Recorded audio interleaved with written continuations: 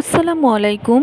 Welcome to my channel আলপনাস কিচেনে সবাইকে স্বাগতম। কেমন আছেন আপনারা? আপনাদের তো আমি অনেক ভালো আছি আলহামদুলিল্লাহ। চলে আসলাম নতুন একটা রেসিপি নিয়ে। আর আজকে আপনাদের সাথে কী নিয়ে রেসিপিটা শেয়ার করব সেটা হয়তো একটু হলেও বুঝতে পারছেন। তো দেখুন, আমি গাছ থেকে আম পেড়ে নিচ্ছি। আর আজকের রেসিপিটা হচ্ছে এই আম দিয়েই তৈরি করব। আর এখন তো আমের সিজন, আর আমের সিজনে যদি এই রেসিপিটা আপনারা না বানান তাহলে আর কেমন হয়। তো দেখুন, এখানে আমি 4টা আম পেড়ে নিয়েছি, আর সেগুলো আমি ছিলেও নিয়েছি। এখন আমি কাঁটা চামচ দিয়ে এগুলোকে কেচিয়ে নেব, কারণ আমি এখন কি বানাতে যাচ্ছি আপনারা হয়তো একটু হলেও বুঝতে পারছেন। এখন আমি তৈরি করব আমের মোরব্বা। তো দেখুন, আমি কিন্তু আমগুলো মানে অর্ধেক করে নিয়ে কিন্তু কেচিয়ে নিয়েছি সুবিধার জন্য। এখন আমি কেচিয়ে নেওয়ার পরে পিস পিস করে কেটে নিয়েছি, দেখতেই পাচ্ছেন। ধুয়ে পরিষ্কার করে নিয়ে নিই। আর মোরব্বাটা তৈরি করার জন্য কিন্তু আমটাকে ভালো করে কেচিয়েই নিতে হবে, যেন মানে শিরাটা যেন ভিতরে পৌঁছায়, এরকম হতে হবে। তো দেখুন, আমি কিন্তু ধুয়ে একটা ছাকনাতে ছেঁকতে দিয়ে দিয়েছি। এখন এটাকে রান্না করার পালা। তো দেখুন, আমি কিন্তু চুলায় কড়াই বসিয়ে দিয়েছি। দেখুন, কড়াইটা গরম হয়ে গেছে। এখন আমি এতে সাদা তেলটা দিয়ে দিলাম। অনেকে চাইলে বাটারও দিতে পারেন, ঘিও দিতে পারেন। আমি সাদা তেলটাই দিয়েছি। আর দিয়ে দিলাম 4-5 পিস এলাচ, তেজপাতা ও দারচিনি। এটা কিন্তু মাস্ট দিতেই হবে। দিয়ে আমি কিন্তু আমগুলোকে প্রথমে একটু ভেজে নিব। আর ভাজার সময় কিন্তু দেখবেন মোরব্বার যে একটা অন্যরকম একটা ফ্লেভার আছে, এই ভাজার সময় কিন্তু সেই ফ্লেভারটা পাবেন আপনারা যদি আমার মতন করে রেসিপিটা ফলো করে স্কিপ না করে ধৈর্য সহকারে দেখেন, তাহলে বুঝতে পারবেন।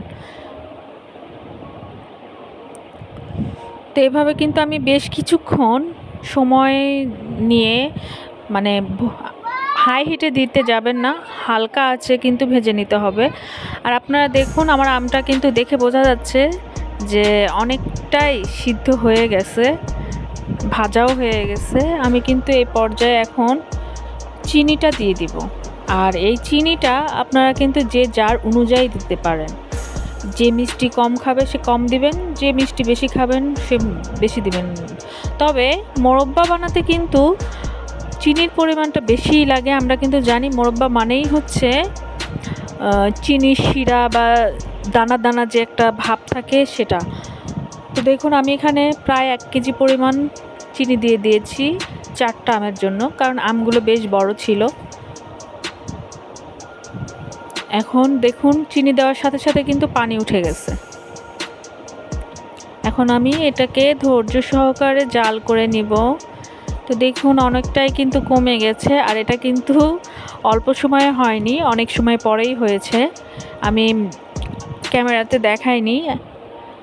তো দেখুন, কালারটা কিন্তু চেঞ্জ হয়ে এসেছে, আপনারা হয়তো দেখেই বুঝতে পারছেন। আর এই আমের মোরব্বাটা খেতে কিন্তু অসাধারণ হয়। এখন তো আমের সিজন, আপনারা কিন্তু যে কেউ চাইলে বানিয়ে নিতে পারেন ঝটপট। আর এটা তৈরি করার সময় কিন্তু বারবার নেড়ে চেড়ে দিতে হবে। একটু নাড়া বন্ধ করলে কিন্তু নিচে লেগে যেতে পারে, সেদিকে খেয়াল রাখবেন অবশ্যই। দেখুন, মানে কালারটা কিন্তু সুন্দর এসেছে, আপনারা হয়তো দেখে বুঝতে পারছেন। একটা লালটে লালটে কালার এসেছে। চিনিটা একদম দেখতেই পাচ্ছেন যে মানে চিনিটা একদম শিরা শিরা হয়ে গেছে। আপনারা আঠালো আঠালো একটা দেখুন না, খুন্তির সাথে কেমন যেন একটা ভাব এসেছে, আপনারা দেখেই হয়তো বুঝতে পারছেন। আমি এত ভালো করে বলতে পারছি না। তো যেখান থেকে আমার ভিডিওটা দেখছেন, যদি আমার ভিডিওটা ভালো লাগে তাহলে স্কিপ না করে ধৈর্য সহকারে দেখে রেসিপিটা ট্রাই করবেন একবার হলেও। আর কেমন হলো না হলো সেটা কিন্তু অবশ্যই জানাতে ভুলবেন না কমেন্ট বক্সে।